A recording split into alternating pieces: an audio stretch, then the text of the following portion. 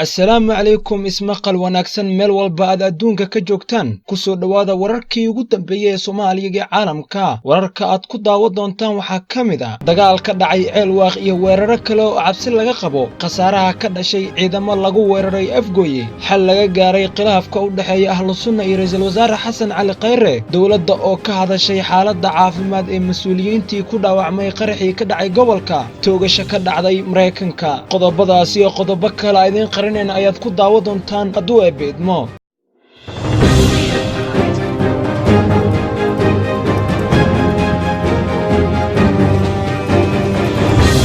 waxaa la xaqiijiyay in 3 qof oo shacab ah iyo 2 ka mid ah ciidamada dawladda ay ku dhaawacmeen qarax ka dhashay bam gacmeed lagu soo weeraray ciidamada lagu tuuray bamka ayaa ahaa kuwa canshuuraha qaada xilliga falka uu dhacayay waxa ay ku sugnaayeen suuqa khudaarta ee degmada Afgooye dhinaca kale dad goobjoogayaal ah ayaa sheegay in qaraxa bam gacmeedka loo adeegsaday uu ku geeriyooday hal askari oo ciidanka la weeraray ka mid ahaa maamulka degmada Afgooye iyo laamaha ammaanka Afgooye midkoodna weli wax war ah kama soo saarin falkaasi mana jirto cid sheegatay mas'uuliyadda weerarkaasi wararka ka imaanaya magaalada Dhuusamareeb ayaa sheegaya in heshiis hordhac ah ay gaareen mas'uuliyiinta ahlu sunna iyo ra'iisul wasaare Xasan Cali Khayre sida la sheegay kadib markii maalmihii dambe uu khilaaf dhex yaalay kulamada labadan dhinac oo saacadihii la soo dhaafay ahaa kuwa isdaba joog ah ayaa xalay la soo gabagabeeyay waxaana heshiis lagu gaaray is-afgarad ah sida ay warbaahinta u xaqiijiyeen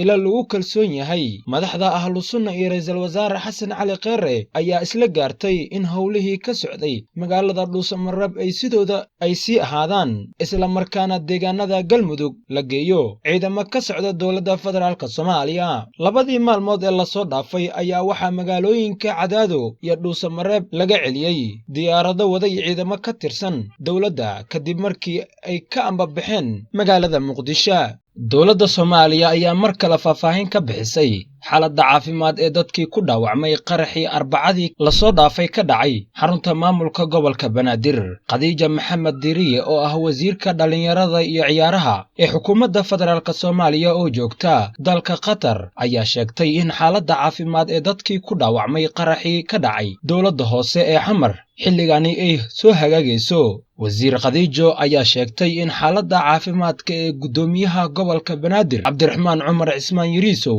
iyo dadkii kale ee aad u wanaagsan tahay dalka Qatar ayaa haatan lagu dabiibayaa mas'uuliyiintii ku dhaawacmay qaraxii ka dhacay xarunta dawladda hoose ee Xamar qaraxii ka dhacay xarunta maamulka gobolka Banaadir ayaa waxa ku geeriyooday 10 qof halka tiro kalena oo intaasi ka badan ay ku dhaawacmeen wararka aan ka helayno degmada Ceelwaaq ee gobolka Gado ayaa waxa ay sheegayaan in saldhig ay magaaladaasi ku leeyihiin ciidamada ka tirsan AMISOM gaar ahaan kuwa Kenya ay weerar ku qaadeen dagaalyahano ka tirsan xarakada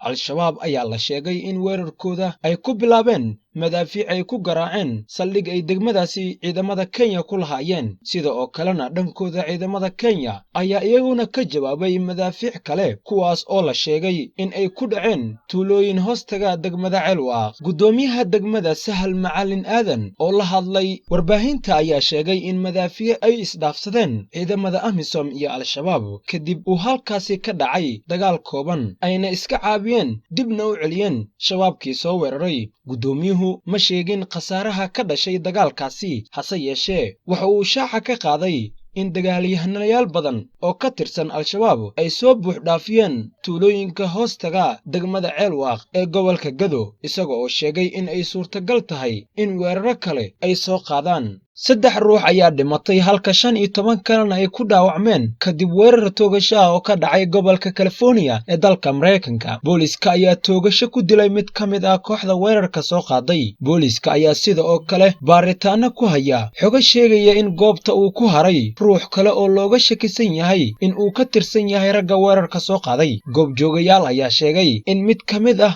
ragga weerarka soo qaaday uu ahaa nin cadaan ah oo ku jiro da'da 30 waxay ahayd toogashadii 246 oo ka dhacda gudaha dalka Mareykanka sanad gudihiisa taliyaha booliska ayaa sheegay in falka toogashada ah ay ugu jawaabeen wax ka yar daqiiqad markii ay warbixinta weerarka soo gaartay dadka qaar oo dhaawacoodu halis yahay ayaa haatan xaaladooda lala tacaalaya sida uu sheegay afhayeenka u hadlay waaxda caafimaadka